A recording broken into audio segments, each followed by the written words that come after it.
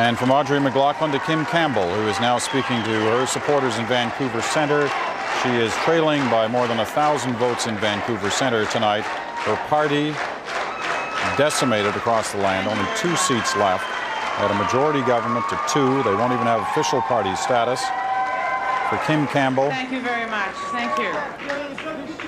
A disastrous day for her party.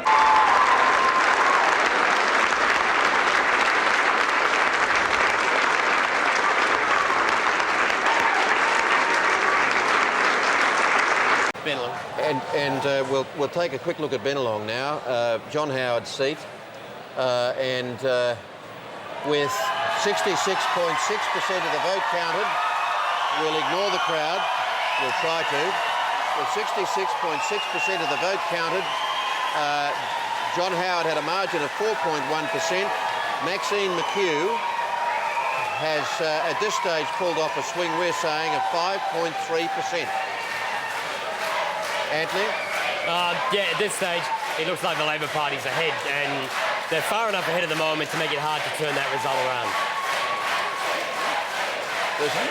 I don't know whether anyone's leading the cheer squad out there, but we'll... Don't do that,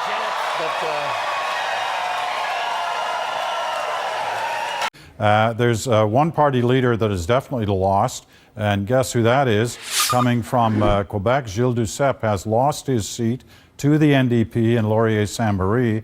So the Bloc tonight, disastrous night for them. They lose dozens of seats plus their leader. At the moment, they're leading or elected in 3 seats only in the province of Quebec, not even enough for party status. Time to just go over quickly a couple of points, starting off with Michael Ignatieff. He now has officially lost his riding in Etobicoke-Lakeshore. It hadn't looked good for him almost since the first poll was reporting, and tonight he goes down to defeat another one of those Liberals in the GTA, the Greater Toronto Area, losing their seats to the Conservatives. The Conservatives now owning the Greater Toronto Area.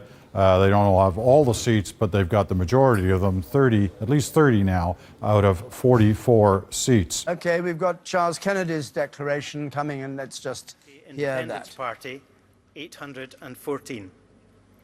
Ian Blackford, Scottish National Party, 20,119.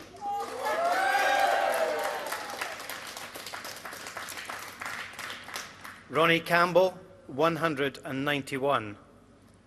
Chris Conniff, Scottish Labour Party, 2,043.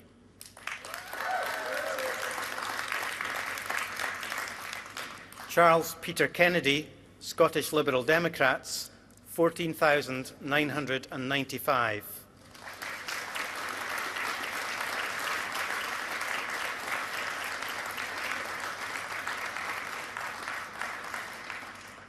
Lindsay Sarah McCallum, Scottish Conservative and Unionist, 2,598.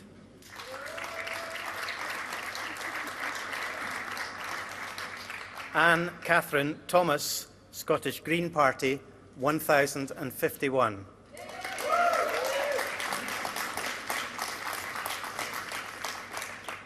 Therefore, I give public notice that Ian Blackford is duly elected as the Member of Parliament for the Ross, Skye and Lochaber constituency. Charles Kennedy, the former leader of the Liberal Democrats, MP since 1983 there, defeated in Scotland, as I think he suspected he was going to be. Thank you. The declaration will be made by the High Sheriff of South Left Yorkshire. East and gone back to Sheffield. If they can sort it out. I, Stephen Ingram, being the returning officer at the election held on Thursday, June 2017, do hereby give notice that the number of votes cast for each candidate at the election is as follows. Nick Clegg, Liberal Democrats, 19,756.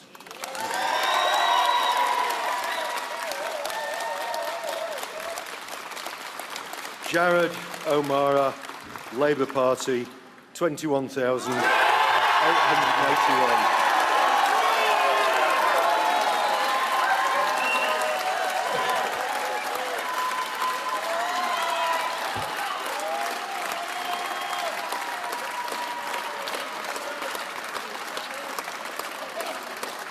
Logan Robin, Green Party, 823. John Gordon Thurley, UK Independence Party, 929. Ian Jeffrey Walker, the Conservative Party candidate, 13,561. Stephen Dominic Winston, Social Democrats Party, 70. Total spoiled papers, 89.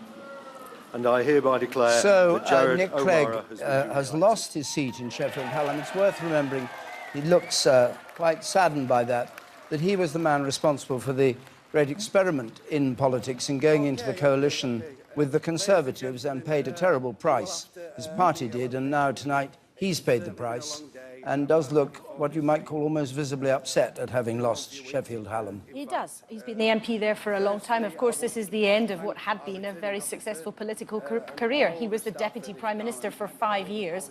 Of course, then took on those brutal wounds from being part of the coalition. But to lose his seat, rather than being able to curtail his career at a time of his own choosing, is of course not what anyone would choose. Of course, all political careers end in failure, don't they? But I wonder too, for the Liberal Democrats, their USP at this election was that promise of a second referendum. But the most prominent exponent of that of all, Nick Clegg, has lost his seat. So we will see through the night how that strategy of offering a second referendum has played out in different places. You know, we've just seen Joe Swinson win in Scotland, but it seems to me it's almost like there's a different election taking place in Scotland. A declaration coming from Gordon, Alex Salmond. I was just going to ask you about Nick Timothy and the people around her. But I can't, because we're going to... there goes Mr Corbyn into the House, not having trimmed the hedges. No time to do that. And here's the result from Gordon.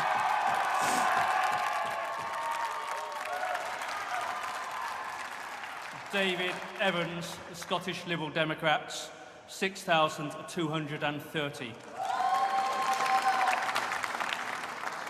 Kirsten Rose Muat, Scottish Labour Party, 6,340.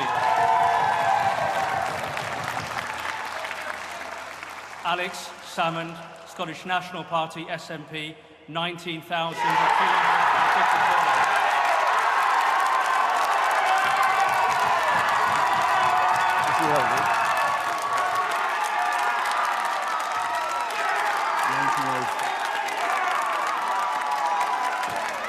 With 55 ballot papers rejected, total votes of 53,740, I declare that Colin James Clark is duly elected to serve in the UK Parliament as a member for the Gordon constituency. So the Conservatives take Gordon, and Alex Salmond, former leader of the SNP, loses his seat in the House of Commons.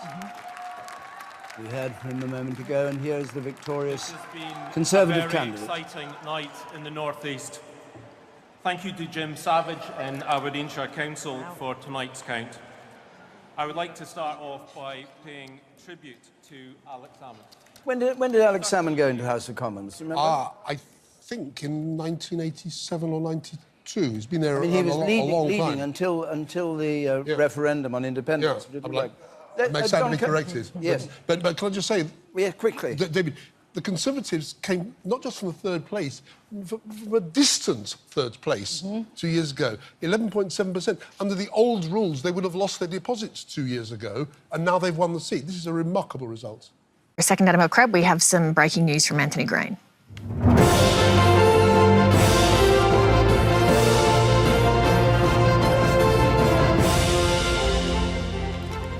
Well, we're going to have a look at the seat of Warringah again.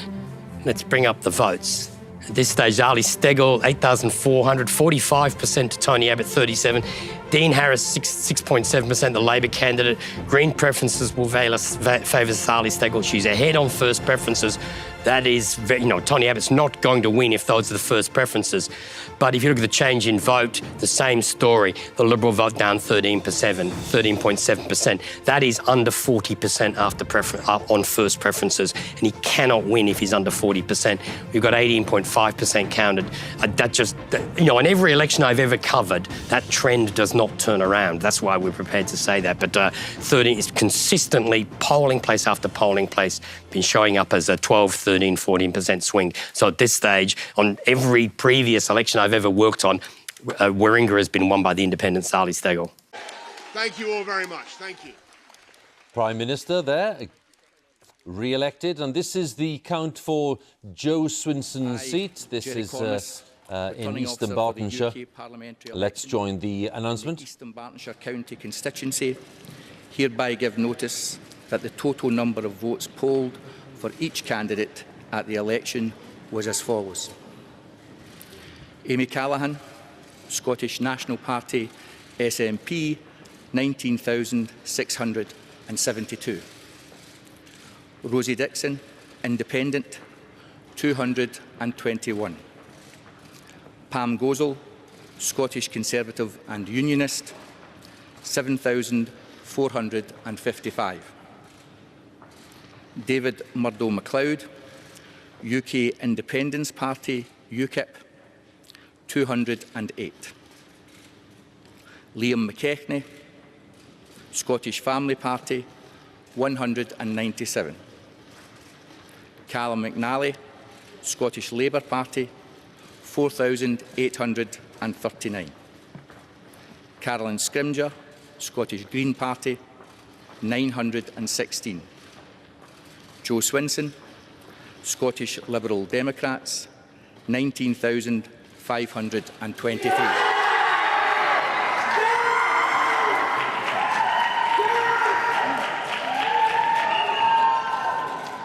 And I declare that Amy Callaghan is elected to serve in the United Kingdom Parliament as the member for the East Dunbartonshire County constituency. Well, by a majority of 149, the party leader of the Lib Dems, Joe Swinson, has lost her seat in Dunbartonshire East to the Scottish National Party. Amy Callaghan just beating her by 149 on a turnout, look at that, of 80%. So a very hotly contested race there in Dunbartonshire East, and the share of the vote tells its own story, 37.1 to 36.8.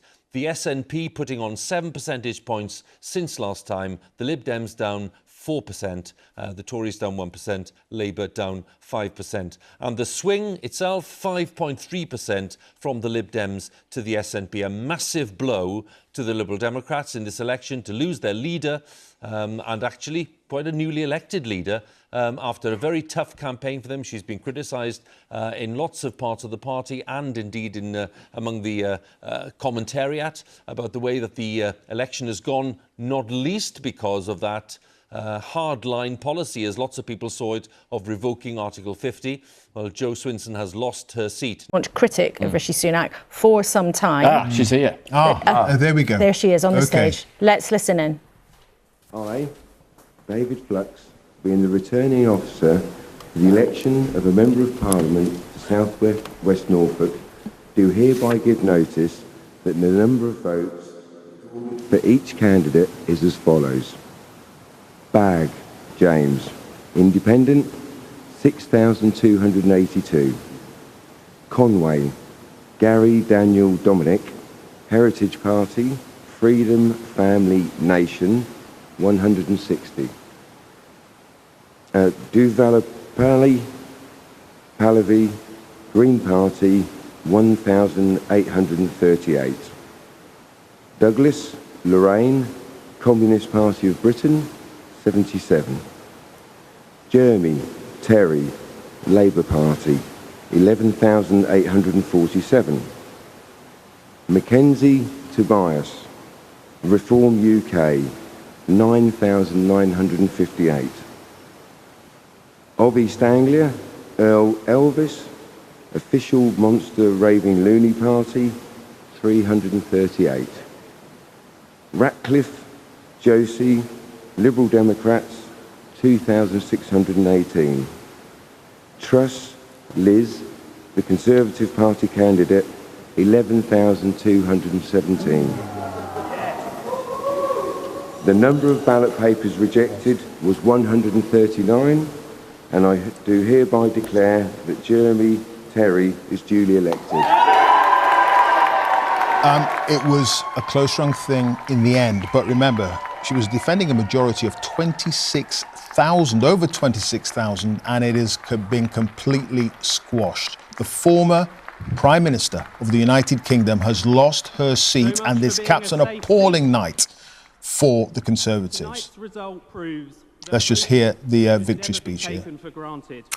Liz Truss has lost with a majority for Labour of 630 votes, so hardly anything in it, but no avoiding a genuine humiliation for the former Prime Minister, Liz Truss, who has lost her seat in South West Norfolk. As Clive was saying, it's an absolutely massive majority that she had previously has been absolutely overturned. Unfold for him. Let me show you what's happening, though, to Jagmeet Singh. And as he said himself in his speech, he is leaving as leader. He will not win tonight, but we are not calling who will win because, again, some of the issues that David talked about there, a 1,200 vote lead for Wade Chang in Burnaby Central. But again, 5 more polls that still have to report. And again, not sure where the advanced polls are there. So don't know if that will be a Liberal win or not. But Jagmeet Singh is losing tonight. And what CBC News has just projected just a very short time ago, Conservative leader Pierre Poilievre has been defeated in the riding he held for 20 years. This is the riding of Carleton. Liberal Bruce Fanjoy has won, and CBC News, there you see, has just projected a Liberal victory in Carleton. So let's look at the meaning of all of that, both for the party and for Pierre Poilievre's own political future. Yeah, this is such a dramatic narrative. You know, this is someone who had a commanding control over his party, a commanding lead in the public opinion polls, and now doesn't even have a seat in the House of Commons. It wouldn't have been unexpected, perhaps, for him to even consider resigning after this turn of events. And yet, in his speech last night, Pierre Poilievre was actually, to a certain extent, declaring victory. Take a listen. Conservatives have achieved major breakthroughs tonight. We brought in record support from blue-collar and unionized workers, youth, new Canadians. We gave voices to countless people across this country who've been left out and left behind for far too long. We won the big debates of our time on the carbon tax, on inflation, on housing, on the drug crisis, on crime. Conservatives have been leading the debate, and we will continue to put forward the best arguments to improve the lives of our people right across this country. But we will not stop there. Every single day, our Conservative caucus and I will be holding the government to account on behalf of the millions of Canadians who believed in the message of change. That part of his speech may have been an opening salvo, part of a bid to perhaps keep his job atop a party that does appear to be fraught with serious infighting. If he is going to carry on in the short term, he is going to have to figure out how to lead this party without being able to be a leading voice in the House of Commons. Another Conservative that did win a seat last night, someone, unclear who, is going to have to be asked to step down. And then when a by-election is called, Pierre Poilievre is going to have to try again to get a seat in the House of Commons. I think we're going to go to Anthony Green for some breaking news right now.